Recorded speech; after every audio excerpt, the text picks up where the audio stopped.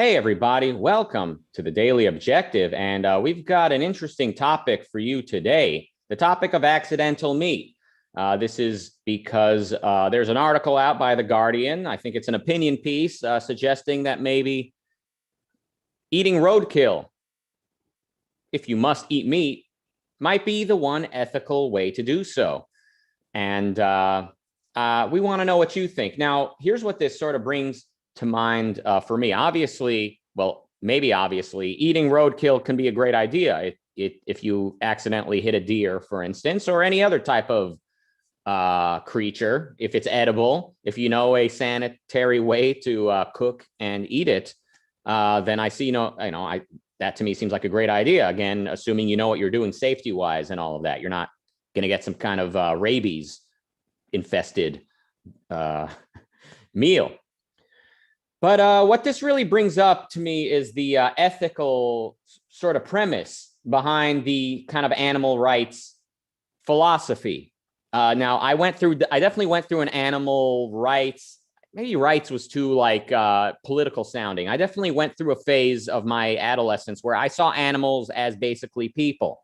They're more pure and less corrupted, basically people. I mean, and how do you come to such a bizarre conclusion, you might ask? How do you come to a conclusion that various creatures that are basically functioning as automatons, the closest thing you could come to a human animal is one that was purposely domesticated to respond with affection when you raise him in your home, like a dog or a cat? How do you come to such a conclusion? You might ask. Well, because philosophy is serious business, and materialism is basically this view that says basically human consciousness is an illusion, right? I mean, isn't that kind of what's out there? When you talk to a religious thinker like Ben Shapiro, he says, and I think he has good reason to say this in his own context with what he's studied, the alternative to supernatural granted individualistic souls, like the alternative to the idea that you have a God-given soul that is conscious, the alternative to that is scientific materialism. Now, I think he's wrong, but he's not the source of this false dichotomy. This has been in the history of philosophy, the age-old dichotomy, kind of either we have free will and a soul, and each individual human is special and more special than the automaton animals, but it comes from God. That is one option. Or we're scientists. We're going to be scientific. That's the other alternative. And in this tainted view of science, your consciousness is an illusion. Basically, you're just a more complex animal in that you're more of a kind of high gear machine. So all creatures are basically machines according to this materialistic worldview. And you, the human being, are just a kind of a more advanced. You're like the new iMac, whereas the other animals, they're like more of a an Atari from the 80s, I guess, or just a very primitive computer, maybe even from the earliest of computers, basically the adding machines, as maybe they were called back then, the difference engine, as one novel called it. Some novel was written about what if the computer had been invented 100 years earlier, I think is the premise of that book. Someone gave me that book, but I still have not read it. But that's what it's called, the difference engine. Imagine me getting to the point without going on all these tangents. Wouldn't that be something? Thank you for the super chats. Marilyn again, and Robert. They're talking about possums. Get involved in the discussion. Tell Robert and Marilyn your opinion in the super chats, and we want to know what you think. It guarantees my acknowledgement. So materialism has been posed as the alternative to religion. And so if you don't like religion, and I certainly did not, and many people don't, religion as this dogmatic, supernaturalistic view of life that basically says, don't believe what you observe and go with this idea that God exists, although your senses say there is no supernatural, there are no contradictions, there is nothing supernatural, there's no such thing as miracles, you've never seen anything that suggests that, but still believe in God, because if not for God, then there's no free will, they say, and if not for God, then there's no there's no individualism. There's no individual rights. There's no value to your life, they say. Now, I think one thing that advocates of that false dichotomy are missing is that one thing you do observe firsthand with your own observational faculty is your own consciousness. Obviously, you use it. You use your consciousness to be conscious of the world. Then you can introspect about the fact that you're conscious of it. And congratulations, your consciousness is axiomatic. You must use it to argue against it. And you see why philosophy is so fundamental in understanding even science. So the scientific approach requires the axioms provided by philosophy, but lacking a proper axiomatic understanding of consciousness, which Ayn Rand would provide in the late 1950s, thinkers through the ages have offered this alternative. Either there is a God and you have free will and you are basically some type of special individual separate from the automaton bugs or the amoeba or bacteria, meaning different in your own way. Either you have that all given to you by God, or you are basically just a glorified object that happens to talk and happens to have opposable thumbs, which enabled you to build all types of stuff, and which the other animals are unable to build because they don't have the same thumb nor the ability to speak. It's just a tongue issue, right? The fact that we're able to speak and monkeys can't. We have our tongues evolved differently. I mean, it's absolutely ridiculous looking back at kind of what I was willing to accept intellectually, but this is why philosophers are so powerful. Like they do have this task of addressing fundamentals, of getting down to the very basics, the most fundamentals, the axiomatic issues that address both everything and sort of nothing at the same time, meaning nothing in particular, I should say, nothing in particular, but also everything in particular, sort of like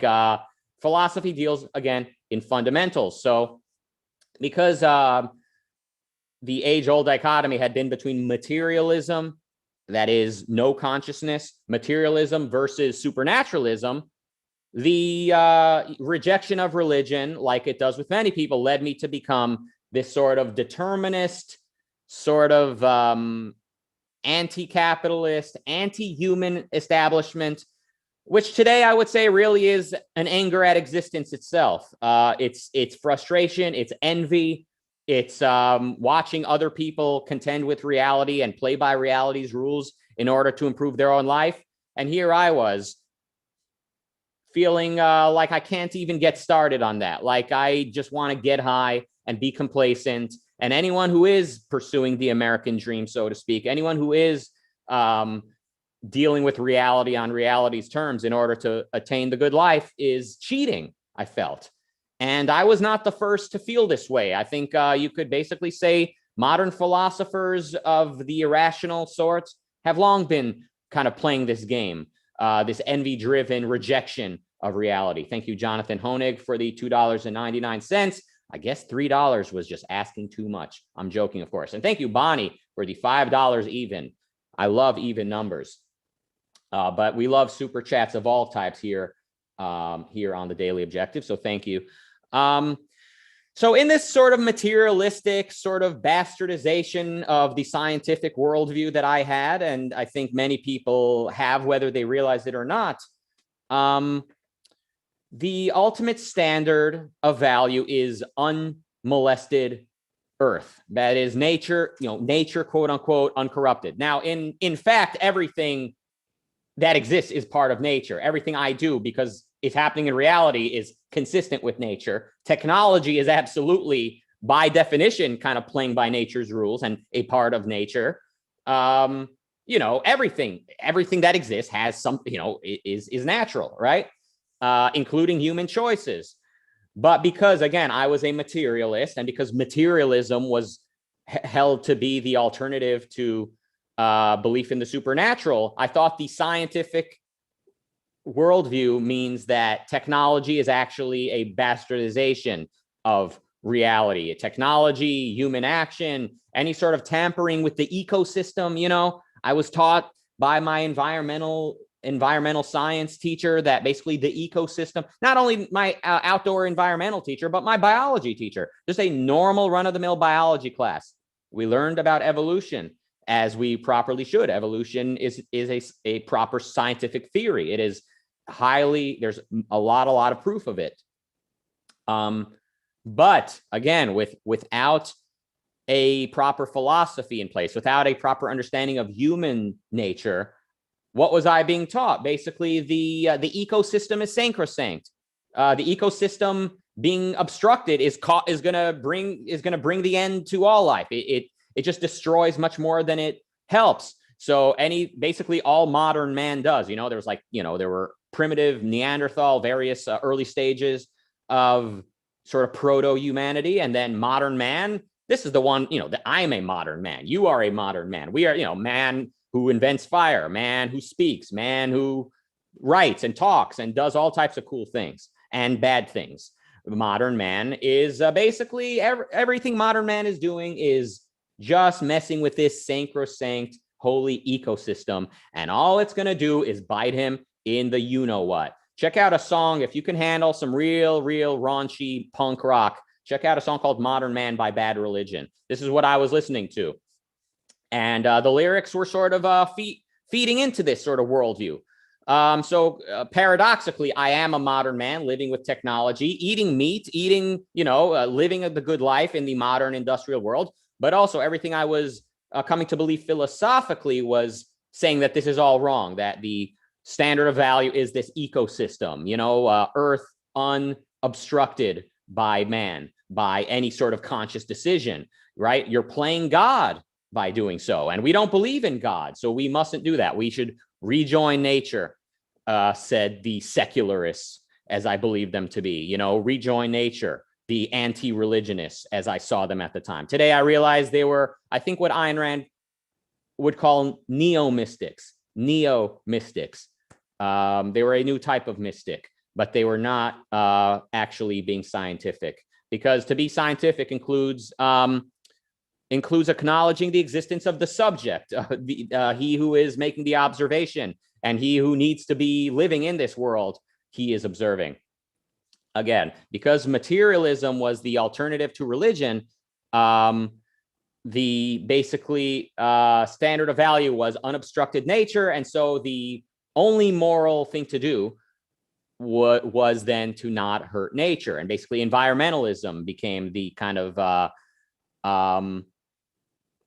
the proper philosophy. And although I was not willing to give up on anything, I was a lethargic,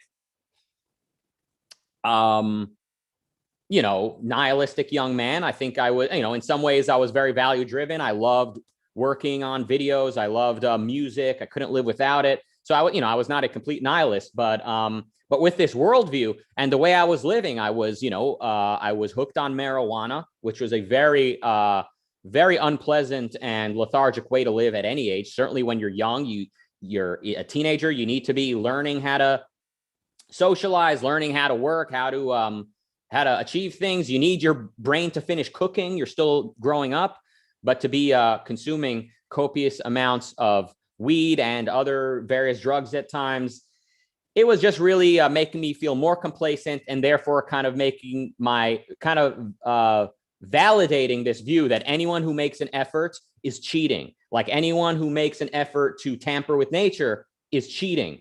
And that's why the environmentalists are the good guys. Like what they're doing is they're reducing human activity. They're reducing the human impact on nature, the pristine earth.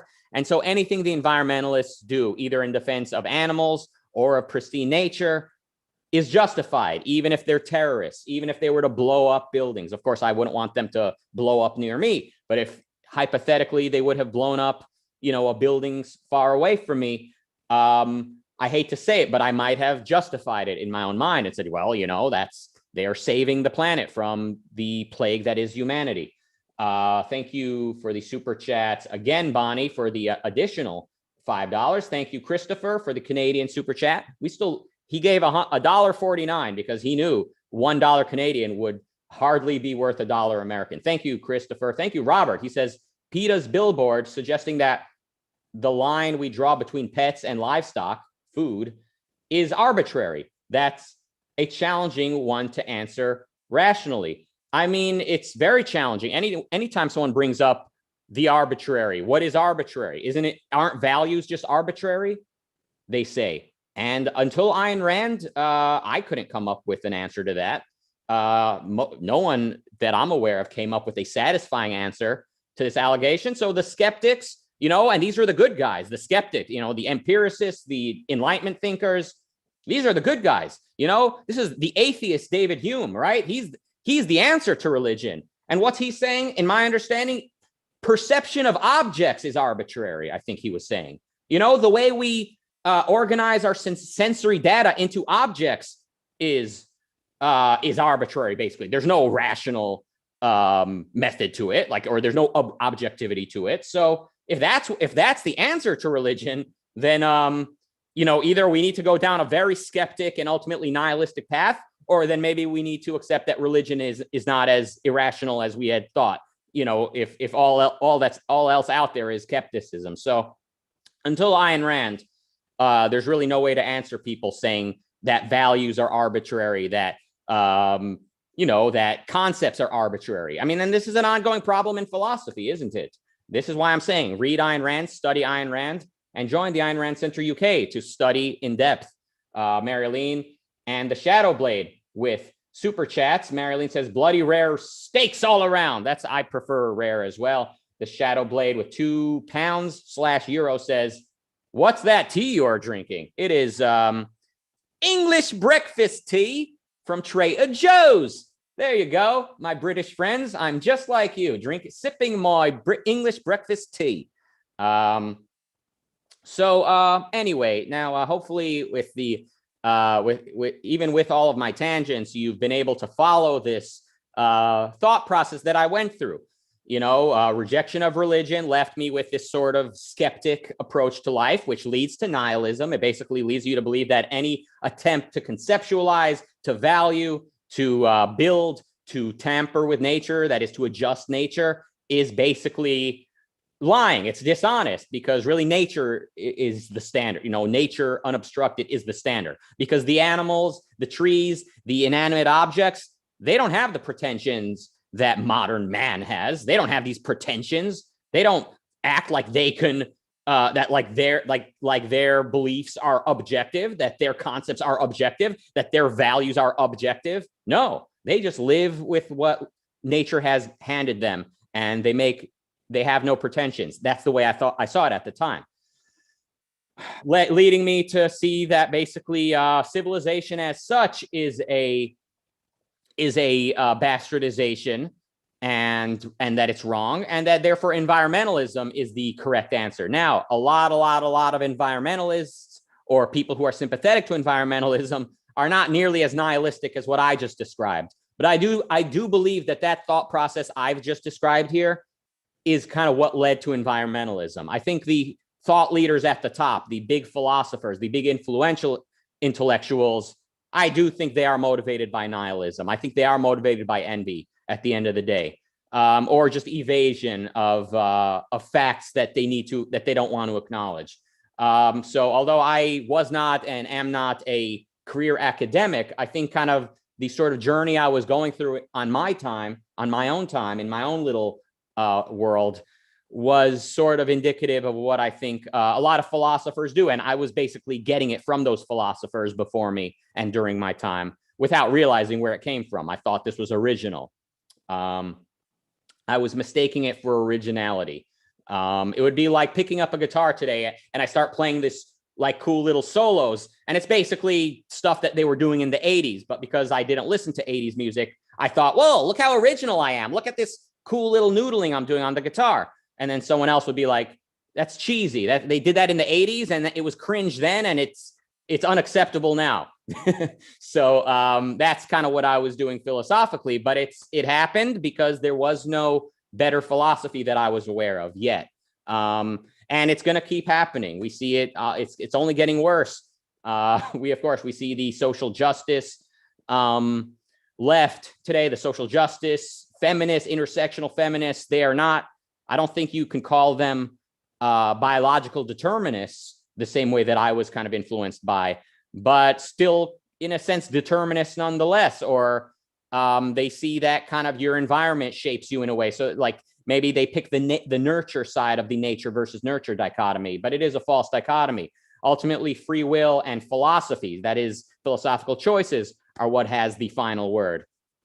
So as I explained, pure nature was the standard. The ecosystem, the pure unobstructed ecosystem, that was the standard. And the environmentalists, they were the only good guys there were. And again, I was not willing to give up on my fast food, on my marijuana, my technology, my TV. That was very punk rock. You know, the punk rockers, they're like they're like hippies without even the hippies pretense at principles. They're just like, yes, we agree with the hippies that everything about civilization needs to be basically called into question or overthrown, but we're not willing to give up on the tasty food and the TV and the hedonistic practices. You know,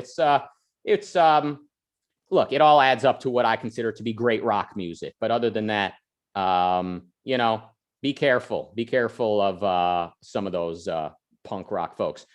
It was very punk rock. I looked up to the environmentalists and the basically eco terrorists, whatever you'd call them. People, if they would have broken into a pet shop and let all the animals out of their cages, I would have said this is the equivalent of, you know, John Brown rescuing slaves in the South in America. But what I was not understanding at the time, I don't know if I would say I was evading, because the ignorance of a good philosophy is not the same as evading that philosophy. We know that philosophy requires geniuses to come up with, which I consider Ayn Rand to be a genius.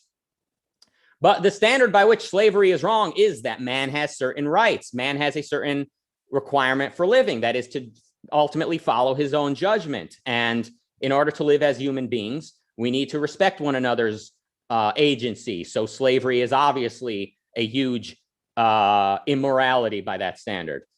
But if animals and peoples are the same, then why free either one of them? If animals and peoples are all just basically equally automatons, if they're all just basically material objects moving with no volition, with no purpose, then by that standard, slavery is no different than eating a cheeseburger, and we might as well just do both by that standard. But of course, there is a huge difference between enslaving human beings versus raising animals in order to then slaughter and eat. So recently there was an episode on this channel where Nikos Sotirakopoulos talked about his journey from being sort of pro-Palestinian to switching over and seeing Israel as the moral agent, the moral actor in that conflict.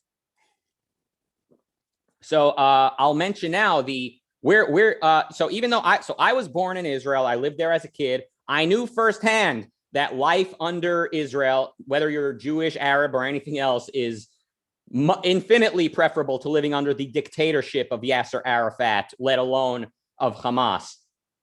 Hamas, when I was 8 years old, what their headline was that they kidnapped an Israeli soldier, smashed his teeth, sent out pictures, and asked for ransom, which I'm assuming was a bunch of captured terrorists in exchange for this prisoner. The Israelis, the Mossad, I'm guessing, found out where he was being held. They broke in there to rescue him, and unfortunately, the soldier was killed in the crossfire. So that's what I knew about Hamas. So now, flash forward to the 2000s. I'm living in Detroit, and you know, Hamas are kind of growing in prominence, and also the Palestinian Authority is growing in in kind of respect on the world stage. This is the PLO that had encouraged suicide bombings through my childhood over there. Every few weeks, there was a suicide bombing on a bus that I very well could have been on. But how was I now looking at the Arab-Israeli conflict? Well, the standard by which unobstructed nature is the standard of value. Obviously, Israel are the bad guys. What are they doing? Draining the swamps, building stuff, firing at indigenous people, even though you can say The Arabs were not in Palestine until 1900, right? You can say they all moved there, basically virtually all of them moved there for work opportunities because the Zionists, the Jews, were there creating work opportunities. And I would say, so what? So what? That doesn't matter. Just like it doesn't, like none of it matters. It doesn't matter if you say that Israel provides the individual the ability to live by his judgment and to pursue a good life compared to the other territories. I would say that's not my standard of value. The standard of value, again, was unobstructed pure nature, indigenous life. And the Palestinians were indigenous in virtue of the fact that they were not capitalist, that they were not industrial, that they were, less Western, let's say.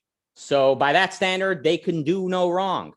By that standard, they could do no wrong. And anything Israel does by that standard is wrong. So this is why the Israelis need to stop arguing with the world. They need to stop pleading with the United Nations, with leftists around the world to change their attitude and to understand, no, we're the good guys. We're the good guys. You're not going to be able to convince people that you're the good guys when their philosophical premises have it set up against you.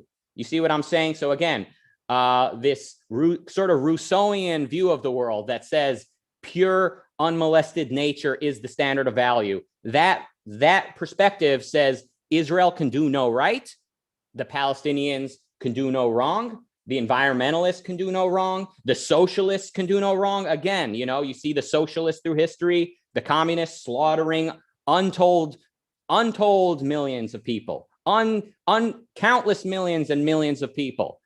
And you might say, oh my God, obviously capitalism is the answer. How is there still any debate on this?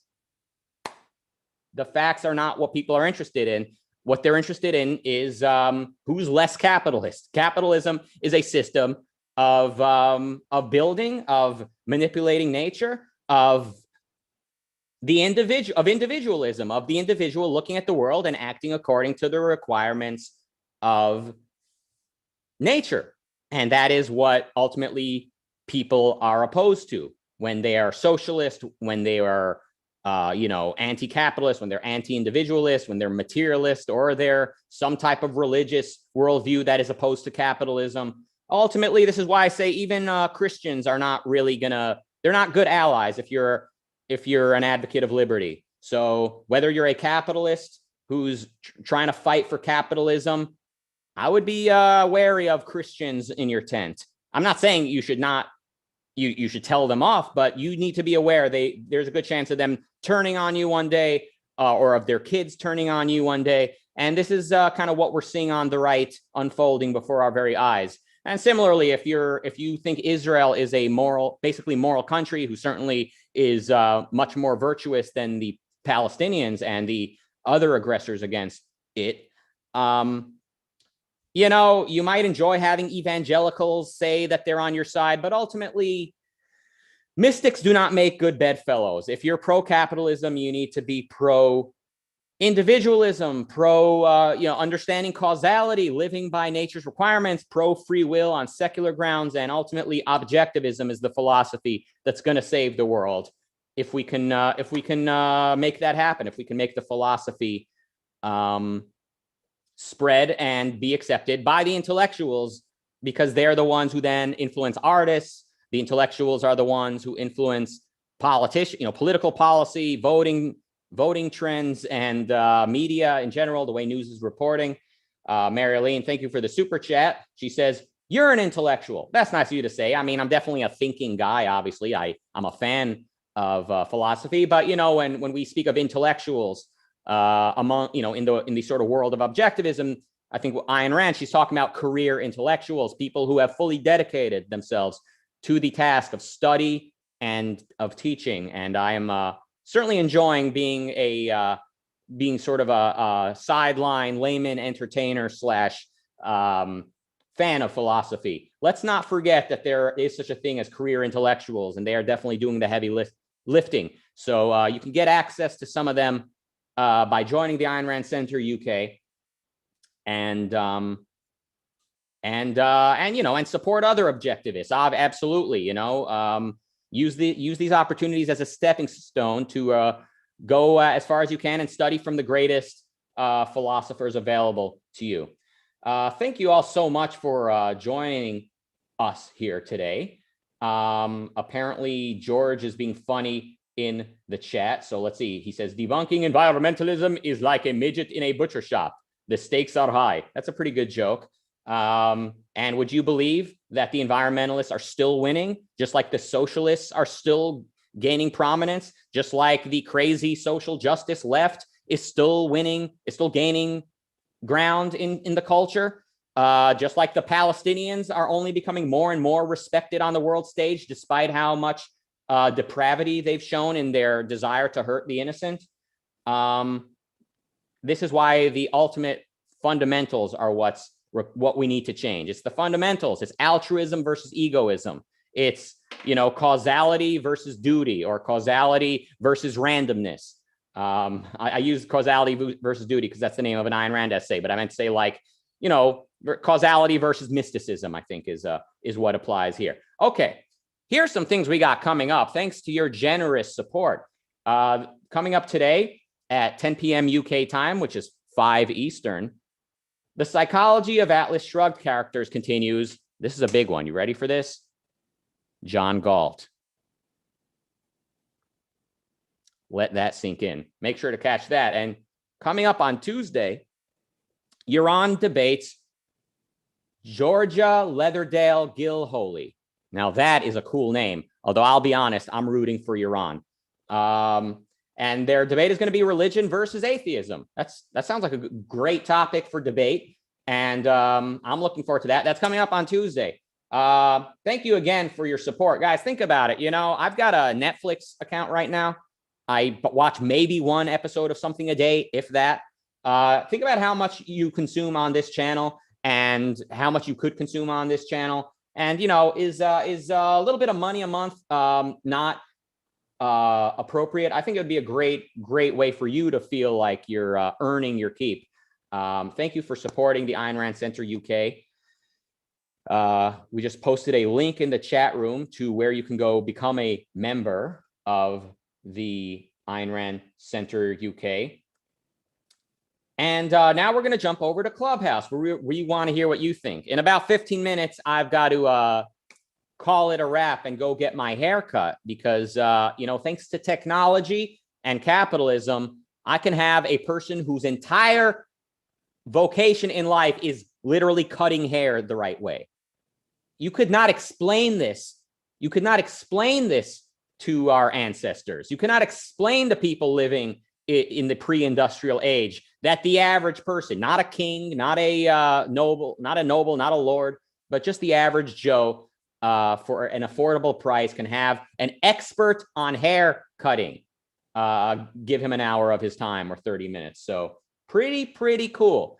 But guys, if we don't protect capitalism, we're all going to lose a lot of the things we love, including our very lives, potentially. So not to scare you here, but come on, just give us some money. Thank you for sitting through this very interesting sort of journey I've gone on here in turning a article in The Guardian about eating roadkill into a sort of microcosm of the way we look at the world, where the standard of value is pure nature. So yes, if someone accidentally hit a deer, then maybe eating that deer is okay because nobody did anything to obstruct nature other than driving a car, of course. But I guess the ideal in that perspective would be that the deer dies of natural causes or falls off a cliff.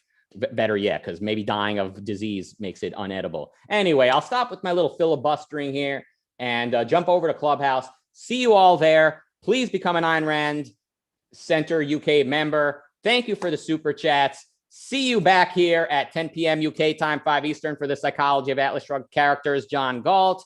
And goodbye.